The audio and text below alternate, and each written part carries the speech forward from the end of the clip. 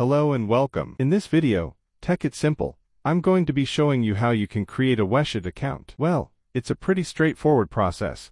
Once you've downloaded your WeChat app on your phone. So, I'm on Android, and I've downloaded WeChat. Like so, there is my WeChat. Now, let's open it. This is the home screen that you're going to see. So, let's select Sign Up, since we want to create a new account. So, we can sign up via Facebook or mobile. Let's select via mobile. So, we're going to need to enter these details. Select the country again, enter your mobile number, enter a password, and accept and continue. So, before you can accept and continue, you need to make sure you've also checked this box, radio button. So, it's saying we don't have an internet connection. So, once you have checked this box, accept and continue. Now, I have read and acknowledged the privacy policy. Next. So, WeChat is making its security much more strict. So, for that, you need to make sure that you don't uninstall WeChat often or even never, because if you want to add a new device, WeChat is going to ask you to verify your new device using the old phone's app. So, that's that. Here,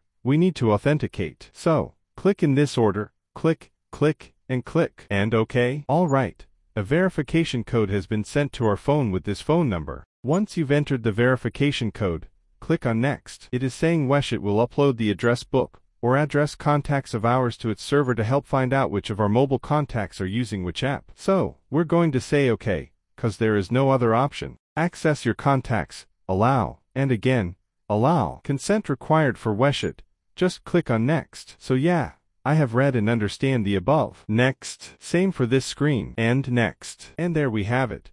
We have successfully created a WeChat account. If you found this video helpful, to give this video a big thumbs up, and if you still have any questions or problems regarding creating an account in WeChat, do leave them in the comment section. We'll get back to you right away. Until next time, bye-bye.